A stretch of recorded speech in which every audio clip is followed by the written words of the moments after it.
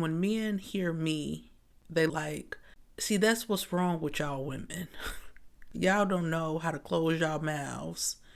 Y'all don't know how to just listen. Just sit back and let a man do his job. What job is that, sir? It be the audacity of the men with ninth grade education levels that want to come into a woman's life and lead. Titties out.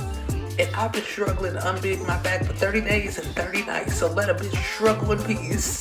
Decorative Trinidadian fish. A railroad track! Come back now, you hear? Hey y'all, welcome back to Leah's Math. I want to let y'all in on something. I filmed episode 3 and episode 4 probably like a week and a half ago.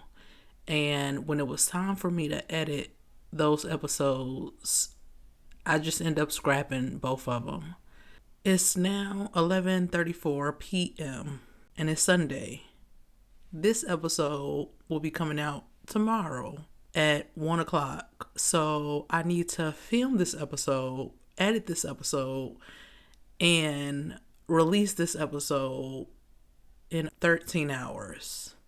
Luckily, the kids is out of school this week because of Thanksgiving break. I'll probably just have to do an all-nighter, but I'm trying to film this episode in a way that I don't have to edit it. Will I have to edit it? Of course. It's funny because I took speech classes in college and obviously it did nothing. Podcasting is not easy. Maybe it is easy, it's just not easy for me. But we're going to get into this episode. Eventually, I was going to get into this topic. It would have been in a later episode, though.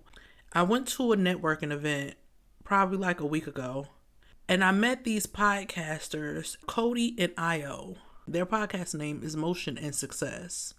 They were young guys from New York, had to be in their early 20s if I had to guess. Cool dudes.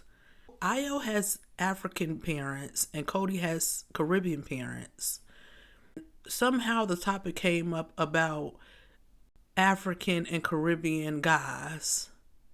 Y'all don't know this, but I always say I could never date a African guy or Caribbean guy because I already know who I am. It's hard to digest for American men, let alone men that feels that women are less than.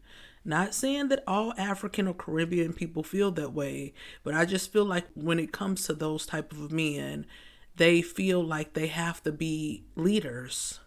Cody said something about if he was to date somebody, he has to, I don't want to misconstrue his words, but he basically said something in a way that, you know, the woman have to allow him to lead. My question was, why do you feel like women need to be led? Which brings me into this episode. I wanted to pose that question to men and women. Some men feel like women need to be led, and some women feel like they need a man to lead them. And my question is why? I'm not posing this question for traditional people, but I think most people want to live traditional lifestyles, even though they've never lived a traditional life. Let's talk for real. When we're having this conversation about women need to be led or men have to be the head of the household or whatever, if you were raised by a single mother, who led her? The ones that was raised up during my time frame, the 80s, the 90s, when the new Jim Crow era of things, in order for women to get any type of government assistance, the men couldn't be in the household. So a lot of us were raised by single mothers. From my earliest recollection of dating men, I don't think I've ever been the traditional woman or the submissive woman. I've always been very strong-minded. And I think that has a lot to do with my mom was a single mother. And she raised me to not ever have to depend on a man. When I'm having these conversations with men, I always question, why do you want your daughters to be dependent on a man? When, truth be told, at least in this time frame, a lot of these men don't even know what leaders look like. How can you lead somebody if you never had a great example of what a leader was. I think some men take toxic masculinity and they feel that's what being a leader looks like. And it's not.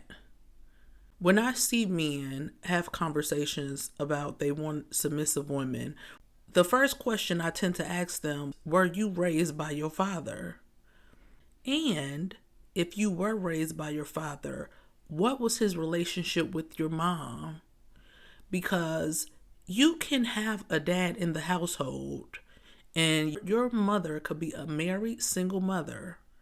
Because y'all were born with dick and testicles, y'all feel like y'all were just born to naturally lead. But in 2025, women are providing for themselves. And women have been providing for themselves for a very long time. Why do you feel you should be able to come into a woman's life and put you in a position to lead when she don't even know if she can trust you to lead?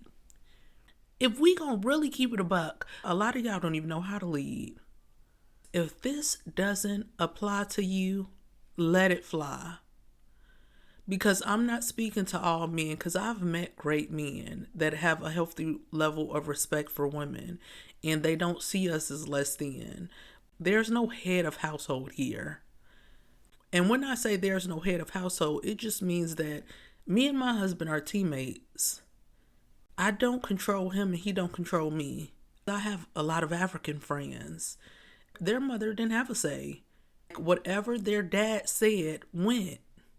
It wasn't even a question to ask the mom. Even after the father figure dies, the oldest son steps into the leader position. And I always wondered, what about what we think? What makes you think that your decision is the best decision? A lot of times when I'm having conversation with specifically Black men, I always reverse the question to racism because they don't understand sexism, because they have the privilege to be raised in a patriarchal society that they don't have to. They were raised to believe that this is a man's world. But for Black men, they understand racism. You don't like that white people feel themselves to be superior to Black people, but yet you feel yourself superior to women. If you didn't like that they did it, why do you do it to us? I don't want to make this conversation Black men, but I only date Black men. I can't speak of how other men are because I've never been with them. I don't want Black men to feel that I have a disdain or hatred towards y'all, because that's not it. I hold y'all at such a high standard. I don't think there was ever a time that men viewed women as equal. At what point in time do women get the same respect that men give to men? We don't need to be led, especially now. This conversation is not just towards men. I know a lot of women that feel they need a man to lead them. I'm not saying that having a man isn't valuable. I always look at it, I'm 100%. He's just adding to what I already have. Having a man is nice, but it's not a necessity. Niggas don't even know the history of Black people, but they want to come into a woman's life and lead. It be the audacity.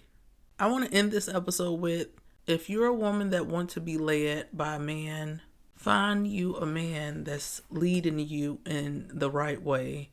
And if you are a man that want to be a leader is not to devalue disrespecting a woman, not seeing a woman as inferior to you.